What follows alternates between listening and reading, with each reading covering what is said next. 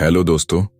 क्या आपने कभी सोचा है कि कुछ लोग बड़े से बड़ा रिस्क क्यों ले लेते हैं, जबकि कुछ लोग छोटी छोटी चीजों से भी डर जाते हैं?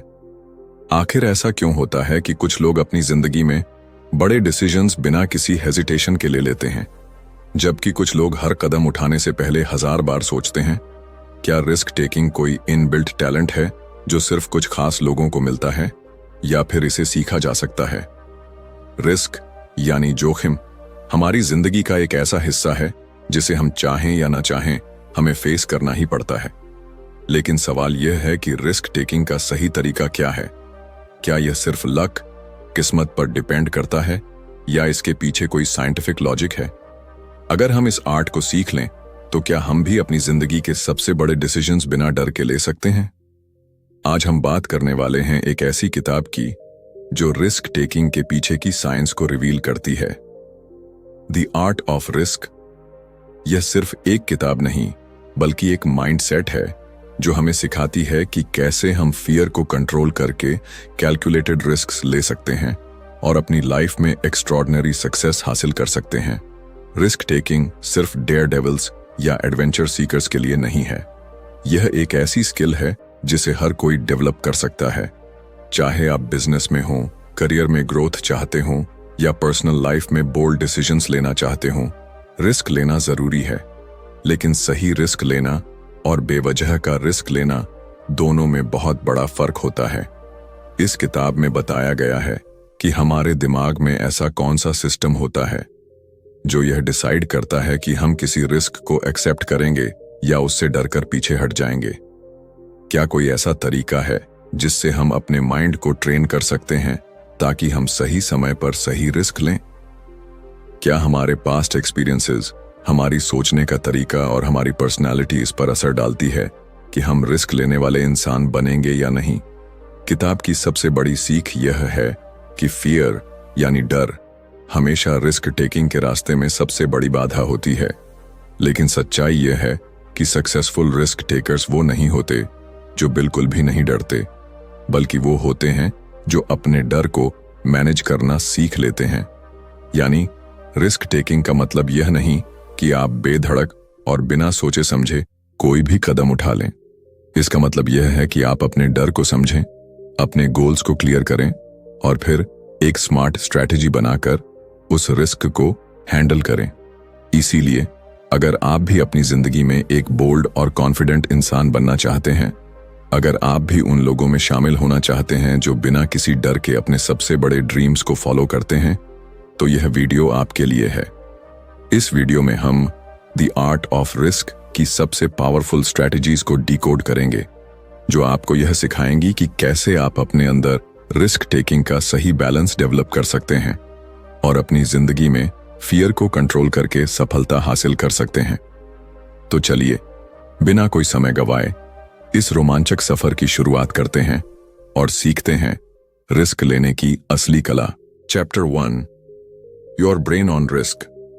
क्या आपने कभी सोचा है कि कुछ लोग किसी ऊंची चट्टान से कूदने, तेज रफ्तार में बाइक चलाने या अपने बिजनेस में करोड़ों का निवेश करने से जरा भी नहीं डरते, जबकि कुछ लोग छोटी छोटी चीजों में भी रिस्क लेने से कतराते हैं? आखिर ऐसा क्यों होता है? क्या यह सिर्फ हमारी पर्सनैलिटी पर निर्भर करता है, या इसके पीछे कुछ साइंटिफिक लॉजिक छुपा है?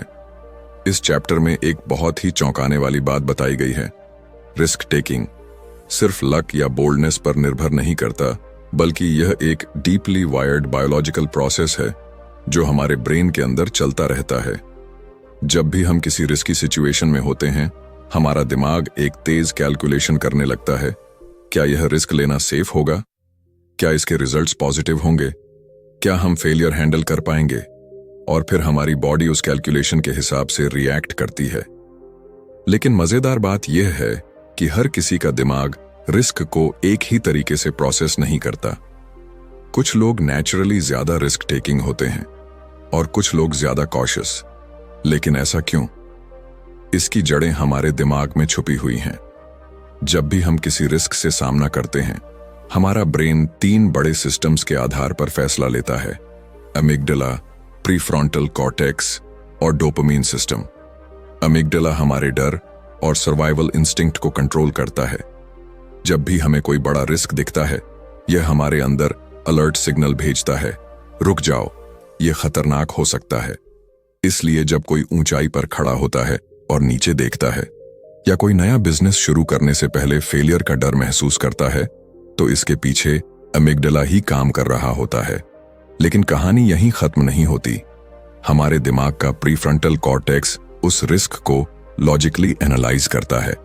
यह हमारे पास्ट एक्सपीरियंस, हमारे गोल्स और उस रिस्क से मिलने वाले पॉसिबल रिवॉर्ड्स को कंपेयर करता है। अगर प्रीफ्रंटल कॉर्टेक्स को लगता है कि रिस्क लेना सही रहेगा, तो यह अमिगडाला के डर को शांत करने की कोशिश करता है। अब आता है सबसे इंटरेस्टिंग पार्ट, डोपामीन सिस्टम।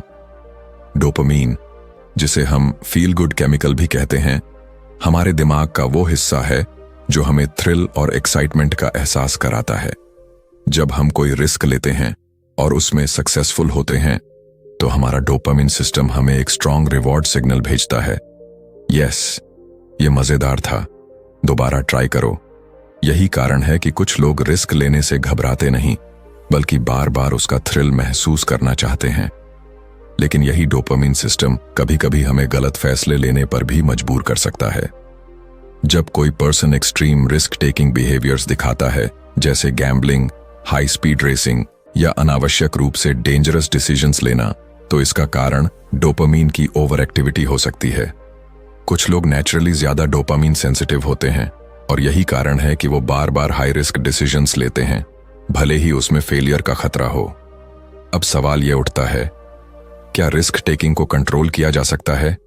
क्या हम अपने दिमाग को इस तरह से ट्रेन कर सकते हैं कि हम सही समय पर सही रिस्क लें और अननेसेसरी रिस्क से बचें? हाँ, यह पॉसिबल है। अगर हम अपने दिमाग के इन 3 सिस्टम्स को अच्छी तरह समझ लें, तो हम अपने फियर को मैनेज कर सकते हैं, अपनी लॉजिकल थिंकिंग को इंप्रूव कर सकते हैं और अपने डोपामीन सिस्टम को सही तरीके से कंट्रोल कर सकते हैं। इस चैप्टर में एक बहुत ही पावरफुल मैसेज है। रिस्क टेकिंग कोई रैंडम टैलेंट नहीं है, बल्कि यह एक बायोलॉजिकल और साइकोलॉजिकल प्रोसेस है जिसे हम समझकर मास्टर कर सकते हैं। जो लोग स्मार्ट रिस्क लेते हैं, वो अपनी इंस्टिंक्ट्स, एक्सपीरियंस और लॉजिकल थिंकिंग के बीच एक परफेक्ट बैलेंस बनाते हैं। वो न तो बिना सोचे समझे रिस्क लेते हैं और न ही किसी डर के कारण अपॉर्चुनिटीज मिस करते हैं।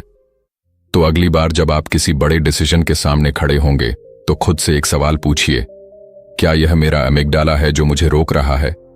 क्या मेरा प्रीफ्रंटल कॉर्टेक्स इस रिस्क को सही तरीके से एनालाइज कर रहा है? क्या मेरा डोपामीन सिस्टम मुझे सही रिवॉर्ड की ओर खींच रहा है? अगर आप इस फॉर्मूला को समझ लेते हैं, तो आप किसी भी रिस्क को समझदारी से हैंडल कर सकते हैं और अपनी जिंदगी में बड़े बड़े गोल्स अचीव कर सकते हैं।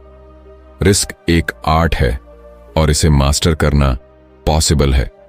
बस आपको अपने दिमाग को सही तरीके से समझना होगा। Chapter 2, the myth of fearlessness. क्या आपने कभी ऐसे लोगों को देखा है जो ऊंचाई से छलांग लगाने में हिचकिचाते नहीं, जो तेज रफ्तार में बाइक दौड़ाते हैं, जो बिना किसी डर के नए बिजनेस आइडियाज पर करोड़ों रुपए लगा देते हैं? हमें लगता है कि ये लोग फियरलेस हैं, यानी इन लोगों को डर महसूस ही नहीं होता। लेकिन क्या सच में ऐसा होता है? क्या कुछ लोग जन्म से ही डर से मुक्त होते हैं, या फिर यह सिर्फ एक मिथ है? इस चैप्टर में इस बहुत बड़े भ्रम को तोड़ती है। फियरलेसनेस नाम की कोई चीज होती ही नहीं। हकीकत यह है कि हर इंसान डरता है, चाहे वह कितना भी बहादुर क्यों ना दिखे। फर्क बस इतना है कि कुछ लोग अपने डर को सही तरीके से मैनेज करना सीख जाते हैं और कुछ लोग डर के आगे घुटने टेक देते हैं। जब भी हम किसी रिस्की सिचुएशन में होते हैं, हमारा ब्रेन तुरंत अलर्ट मोड में चला जाता है। हमारे अंदर एक अनदेखी घबराहट पैदा होती है, हमारी हार्ट बीट तेज हो जाती है, हथेलियां पसीने से भीगने लगती हैं और दिमाग कहता है, रुक जाओ, यह खतरनाक हो सकता है। यह हमारा अमिगडाला है जो हमें सर्वाइवल मोड में डाल देता है।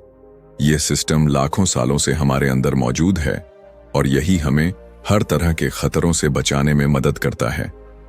लेकिन आज के दौर में खतरे सिर्फ जंगलों में जंगली जानवरों से नहीं होते, बल्कि career decisions, public speaking, investments और रिलेशनशिप्स में भी रिस्क होता है।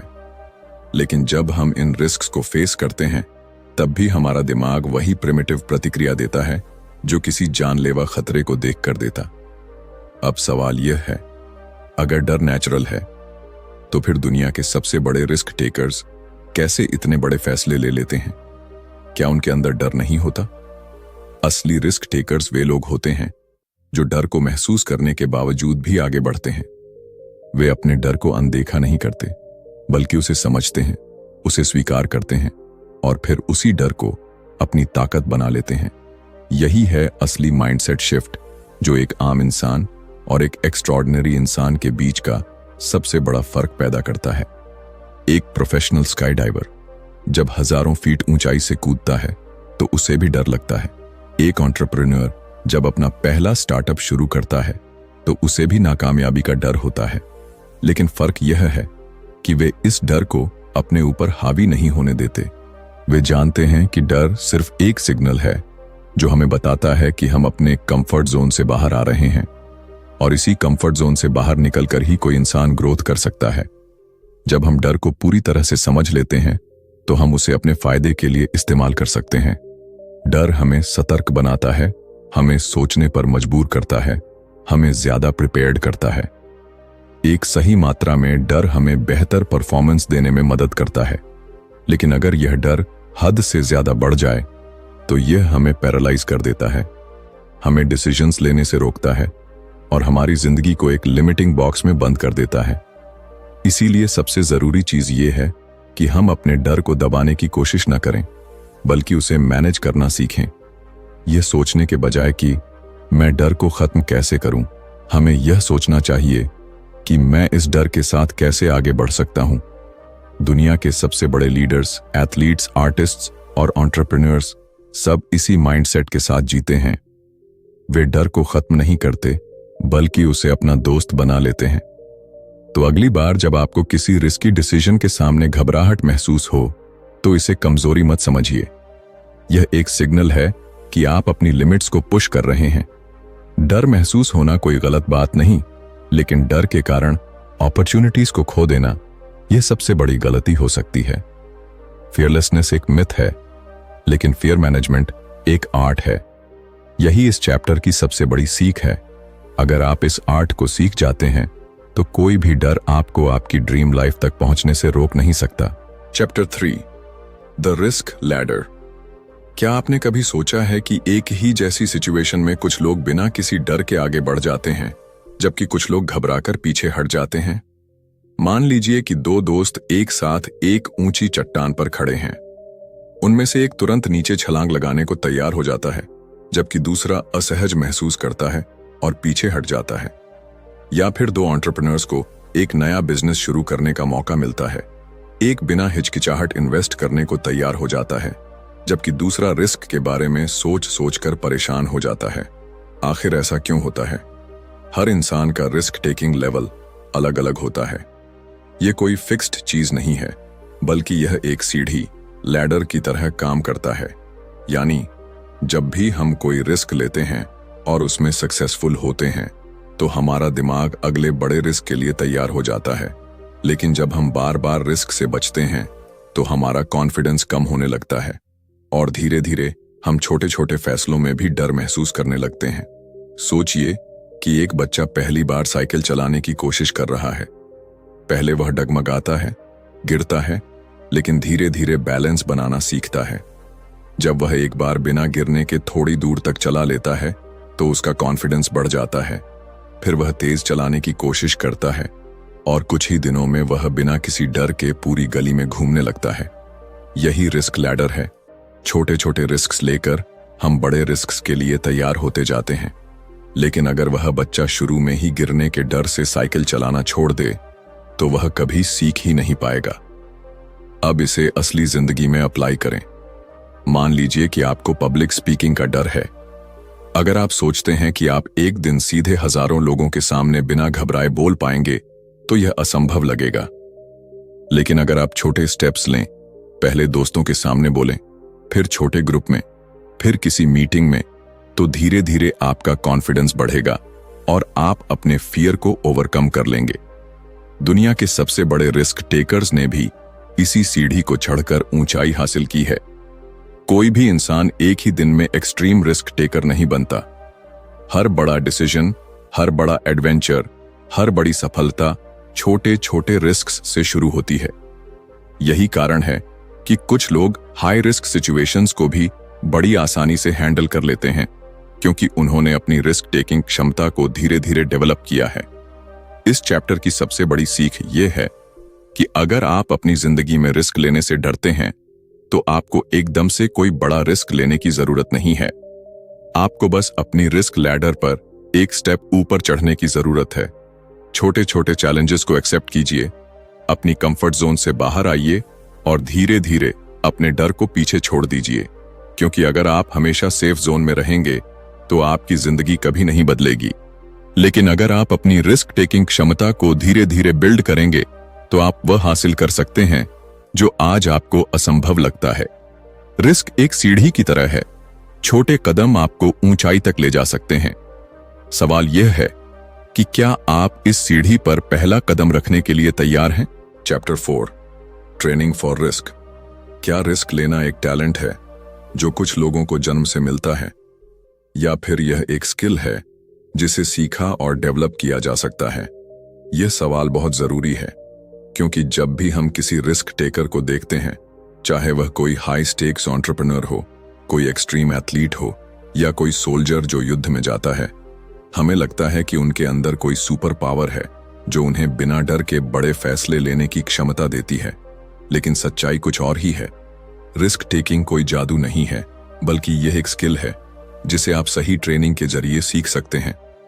जब हम रिस्क लेने की बात करते हैं तो यह सिर्फ लक या नेचुरल बोल्डनेस पर निर्भर नहीं करता, बल्कि यह इस बात पर निर्भर करता है कि हमने खुद को उस सिचुएशन के लिए कितना तैयार किया है। यानी रिस्क लेना कोई कॉइन टॉस नहीं है, बल्कि यह एक कैलकुलेटेड प्रोसेस है जिसे आप अपने दिमाग और शरीर को ट्रेन करके इंप्रूव कर सकते हैं। अब सोचिए, जब कोई फायर फाइटर जलते हुए घर में जाता है तो क्या वह बिना सोचे समझे अंदर कूद जाता है? नहीं, वह जानता है कि आग कैसे फैलती है, उसे पता होता है कि कहां जाना है और किस तरह से खतरे को कम करना है। उसने ट्रेनिंग ली होती है, बार बार ड्रिल्स की होती है, जिससे उसका दिमाग सही समय पर सही डिसीजन लेने के लिए तैयार हो जाता है। यही ट्रेनिंग फॉर रिस्क है, अपने दिमाग और शरीर को इस तरह तैयार करना कि जब कोई हाई स्टेक्स सिचुएशन आए तो आप बिना घबराए सही फैसला ले सकें। अगर आप किसी नए बिजनेस में इन्वेस्ट करना चाहते हैं तो क्या आप बिना रिसर्च किए करोड़ों रुपए लगा देंगे? बिल्कुल नहीं। पहले आप मार्केट को स्टडी करेंगे, डेटा एनालाइज करेंगे, एक्सपर्ट्स से बात करेंगे और फिर एक कैलकुलेटेड रिस्क लेंगे। यही रिस्क टेकिंग का असली फॉर्मूला है। सही तैयारी, सही नॉलेज और सही एग्जीक्यूशन। रिस्क टेकिंग को इंप्रूव करने के लिए सबसे जरूरी चीज है एक्सपोजर। यानी अगर आप किसी चीज से डरते हैं तो आपको बार बार खुद को उस सिचुएशन में डालना होगा ताकि आपका दिमाग उस चीज को नॉर्मल मानने लगे। जब कोई नेवी सील सैनिक पहली बार पानी के अंदर सांस रोकने की ट्रेनिंग करता है तो वह घबरा जाता है, लेकिन बार बार ट्रेनिंग करने के बाद उसका दिमाग उस स्थिति को सामान्य, नॉर्मल मानने लगता है और वह बिना घबराए मिशन पूरा कर सकता है। यही कॉन्सेप्ट हर तरह के रिस्क टेकिंग पर लागू होता है। रिस्क टेकिंग को इंप्रूव करने के लिए दूसरी जरूरी चीज है सिमुलेशन। यानी आप असली रिस्क लेने से पहले उसकी प्रैक्टिस कर सकते हैं। पायलट हजारों फीट की ऊंचाई पर प्लेन उड़ाने से पहले फ्लाइट सिमुलेटर्स में प्रैक्टिस करते हैं। डॉक्टर्स सर्जरी करने से पहले वर्चुअल रियलिटी ट्रेनिंग लेते हैं और एथलीट्स बार बार अपनी परफॉर्मेंस को टेस्ट करते हैं। जब आपका दिमाग पहले से ही एक सिचुएशन को कई बार एक्सपीरियंस कर चुका होता है तो असली रिस्क लेने का डर बहुत कम हो जाता है। अब सवाल यह है कि क्या कोई भी इंसान खुद को एक स्मार्ट रिस्क टेकर बना सकता है? कैट सुकेल कहती हैं, हां, बिल्कुल। अगर आप खुद को सही ट्रेनिंग और सही एक्सपोजर देते हैं तो आप अपने कंफर्ट जोन से बाहर आ सकते हैं और बेहतर डिसीजंस ले सकते हैं। हर बड़ा रिस्क टेकर पहले छोटे छोटे स्टेप्स लेकर खुद को तैयार करता है और यही सबसे बड़ा सीक्रेट है। इस चैप्टर की सबसे बड़ी सीख यह है कि रिस्क टेकिंग कोई मैजिक पावर नहीं, बल्कि एक सीखी जाने वाली स्किल है। अगर आप सही ट्रेनिंग लेते हैं, सही माइंडसेट डेवलप करते हैं और धीरे धीरे खुद को एक्सपोजर देते हैं, तो आप भी उन लोगों में शामिल हो सकते हैं जो बड़े से बड़ा रिस्क स्मार्ट तरीके से लेते हैं और अपनी जिंदगी में बड़ी सफलता हासिल करते हैं। तो अब सवाल यह है, क्या आप खुद को अगले रिस्क के लिए ट्रेन करने के लिए तैयार हैं? Chapter 5, the power of intuition. क्या आपको कभी ऐसा महसूस हुआ है कि कोई बड़ा फैसला लेने से पहले आपके अंदर से एक आवाज आई हो, यही सही है, यही करो? या फिर कोई सिचुएशन देखकर आपको अचानक एहसास हुआ हो कि यहां कुछ गलत है, मुझे इससे दूर रहना चाहिए? ये जो अंदर से आने वाली आवाज होती है, जिसे हम अक्सर सिक्स्थ सेंस या गट फीलिंग कहते हैं, इसे ही इंट्यूशन कहते हैं। और क्या आप जानते हैं कि दुनिया के सबसे बड़े रिस्क टेकर्स अपने डिसीजंस लेने में इसी इंट्यूशन पर सबसे ज्यादा भरोसा करते हैं? इंट्यूशन कोई जादू या रहस्य नहीं है, बल्कि यह हमारे दिमाग का एक बेहद शक्तिशाली डिसीजन मेकिंग टूल है, जिसे हम अक्सर नजरअंदाज कर देते हैं। इंट्यूशन हमें वो चीजें महसूस करने की शक्ति देता है जो हमारे कॉन्शियस माइंड के लिए तुरंत समझ पाना मुश्किल होता है।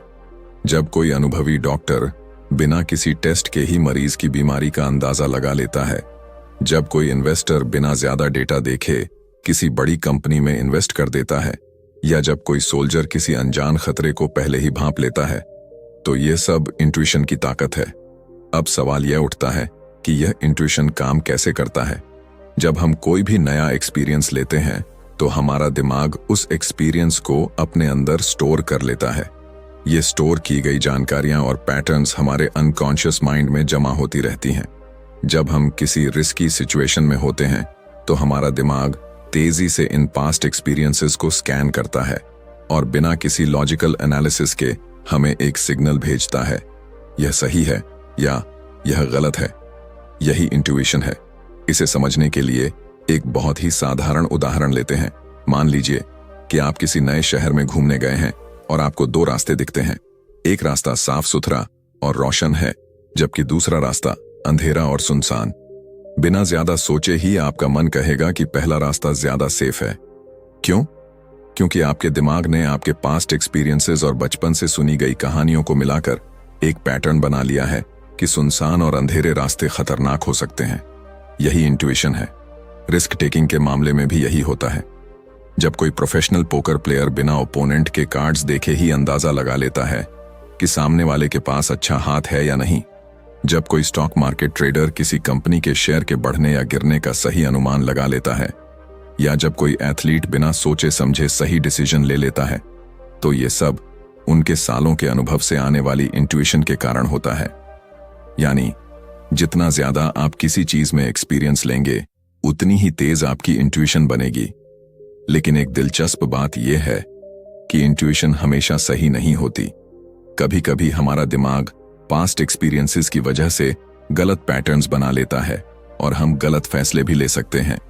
इसलिए काइट सुकेल बताती हैं कि इंट्यूशन को शार्पन करने के लिए दो चीजें जरूरी हैं। पहला, ज्यादा से ज्यादा एक्सपीरियंस लेना, और दूसरा, अपनी इंट्यूशन को डेटा और लॉजिक से क्रॉस चेक करना।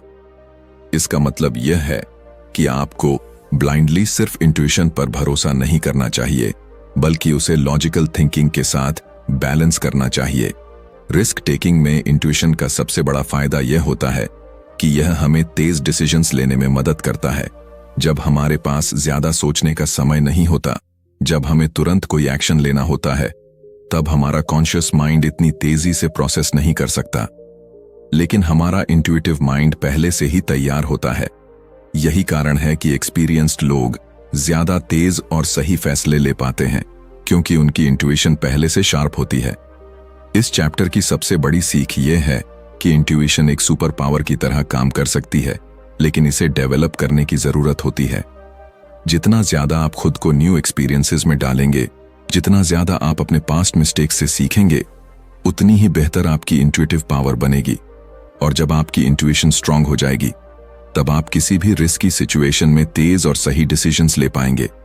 तो सवाल यह है, क्या आप अपनी इंट्यूशन की पावर को अनलॉक करने के लिए तैयार हैं? Chapter 6, the risk taking personality. क्या कभी आपने सोचा है कि कुछ लोग किसी भी सिचुएशन में रिस्क लेने के लिए तैयार रहते हैं, जबकि कुछ लोग जरा सा भी रिस्क लेने से बचते हैं। कुछ लोग ऊंचाई से छलांग लगाने, तेज रफ्तार में बाइक चलाने या नए बिजनेस में करोड़ों लगाने से नहीं घबराते, जबकि कुछ लोग छोटी छोटी चीजों में भी 1000 बार सोचते हैं। आखिर ऐसा क्यों होता है? क्या रिस्क टेकिंग एक आदत है, एक सीखी जाने वाली स्किल है, या फिर यह पर्सनैलिटी का हिस्सा है? रिस्क टेकिंग कोई एक जैसा बिहेवियर नहीं है, बल्कि यह हमारी पर्सनैलिटी का हिस्सा होता है। यानी हर इंसान में रिस्क लेने की क्षमता अलग अलग होती है, और यह बहुत हद तक इस बात पर निर्भर करता है कि हमारा दिमाग किस तरह से बना है। जब हम रिस्क टेकिंग की बात करते हैं तो यह सिर्फ एक चॉइस नहीं होती, बल्कि यह हमारी बायोलॉजी, साइकोलॉजी और पास्ट एक्सपीरियंसेस से जुड़ी होती है। कुछ लोगों के दिमाग में डोपामीन सिस्टम बहुत एक्टिव होता है, जो उन्हें थ्रिल और एक्साइटमेंट की तरफ खींचता है। यही कारण है कि कुछ लोग एडवेंचर स्पोर्ट्स, गैम्बलिंग और हाई स्टेक्स बिजनेस में ज्यादा दिलचस्पी लेते हैं। उनका दिमाग उन्हें लगातार नयापन खोजने के लिए प्रेरित करता है।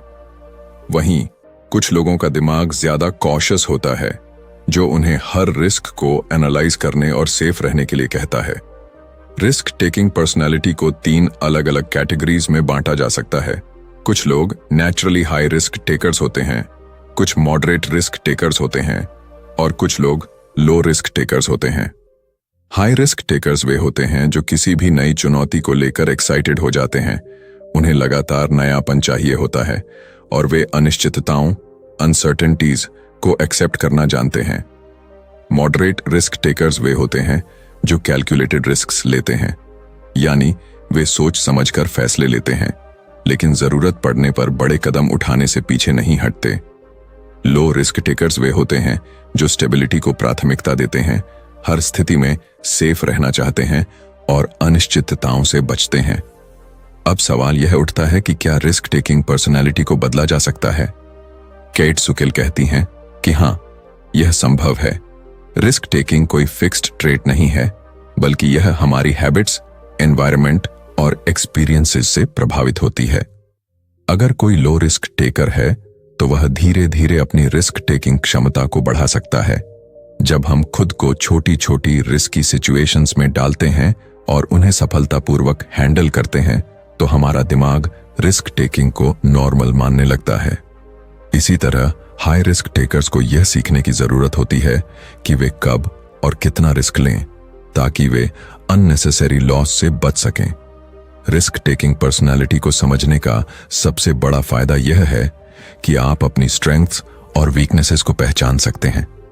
अगर आप नेचुरली रिस्क अवर्स हैं, तो आप अपनी कंफर्ट जोन से बाहर निकलकर खुद को चैलेंजेस में डाल सकते हैं। और अगर आप बहुत ज्यादा रिस्क टेकिंग हैं, तो आप खुद को कंट्रोल करके ज्यादा कैलकुलेटेड और थॉटफुल डिसीजंस ले सकते हैं। इस चैप्टर की सबसे बड़ी सीख यह है कि रिस्क टेकिंग पर्सनैलिटी कोई स्थायी चीज नहीं है। अगर आप चाहें तो आप अपने माइंडसेट को बदल सकते हैं, अपने कंफर्ट जोन को एक्सपैंड कर सकते हैं और अपने डिसीजंस को बैलेंस कर सकते हैं। असली सक्सेस उन्हीं लोगों को मिलती है जो अपने नेचर को समझकर खुद को इंप्रूव करने की कोशिश करते हैं। तो सवाल यह है, क्या आप अपनी रिस्क टेकिंग क्षमता को समझने और बेहतर बनाने के लिए तैयार हैं? कंक्लूजन। रिस्क एक ऐसा शब्द जो कुछ लोगों के लिए एक्साइटमेंट लाता है और कुछ के लिए डर। लेकिन रिस्क टेकिंग कोई रैंडम एक्ट नहीं, बल्कि एक सीखी जाने वाली स्किल है। यह हमारे दिमाग की हार्ड वायरिंग, हमारे एक्सपीरियंसेस और हमारी पर्सनैलिटी से जुड़ा हुआ है। इस किताब में हमने जाना कि कैसे हमारा ब्रेन रिस्क को प्रोसेस करता है, कैसे फियर को मैनेज किया जा सकता है और कैसे छोटी छोटी कैलकुलेटेड रिस्क्स हमें बड़ी सक्सेस तक ले जा सकती हैं। द आर्ट ऑफ रिस्क हमें यह सिखाती है कि कोई भी इंसान एक स्मार्ट रिस्क टेकर बन सकता है, अगर वह सही माइंडसेट और सही ट्रेनिंग अपनाए। दुनिया के सबसे बड़े एंटरप्रेन्योर्स, एथलीट्स और लीडर्स ने अपनी इंट्यूशन को शार्पन किया, अपनी रिस्क टेकिंग स्किल्स को डेवलप किया और अपने कंफर्ट जोन से बाहर निकलकर बड़े डिसीजंस लिए। उन्होंने न सिर्फ अपने डर पर काबू पाया, बल्कि रिस्क को एक अपॉर्चुनिटी की तरह देखा। इस किताब की सबसे बड़ी सीख यही है कि रिस्क टेकिंग कोई कॉइन टॉस नहीं है, यह एक आर्ट है। इसे आप जितना ज्यादा समझेंगे और प्रैक्टिस करेंगे, उतना ही ज्यादा आप अपनी जिंदगी में बोल्ड और मीनिंगफुल डिसीजंस ले पाएंगे। चाहे आप करियर में आगे बढ़ना चाहते हो, कोई नया बिजनेस शुरू करना चाहते हो या अपनी जिंदगी के किसी भी क्षेत्र में बड़ा कदम उठाना चाहते हो, रिस्क से भागने के बजाय उसे समझना और अपनाना जरूरी है। अगर आपको यह किताब पसंद आई और इससे आपको कुछ नया सीखने को मिला तो इसे अपनी जिंदगी में अप्लाई करने की कोशिश जरूर करें। रिस्क टेकिंग ही वो ब्रिज है जो आपको एक ऑर्डिनरी लाइफ से एक्स्ट्रॉर्डिनरी सक्सेस तक ले जाता है। तो अगली बार जब आपके सामने कोई बड़ा डिसीजन आए तो खुद से पूछें, क्या यह रिस्क लेने लायक है, और अगर हाँ तो मैं इसे स्मार्ट तरीके से कैसे ले सकता हूं। अगर आपको यह वीडियो पसंद आया तो इसे लाइक और शेयर करना ना भूलें। बुकपीडिया चैनल को सब्सक्राइब करें और बेल आइकॉन दबाएं ताकि आपको इसी तरह की और भी पावरफुल बुक समरीज मिलती रहे। आप हमें कमेंट्स में बताइए कि यह किताब आपको कैसी लगी और कौन सी अगली किताब की समरी आप देखना चाहते हैं। मिलते हैं अगले वीडियो में एक नई किताब, एक नई सीख और एक नए माइंडसेट के साथ। Keep learning, keep growing.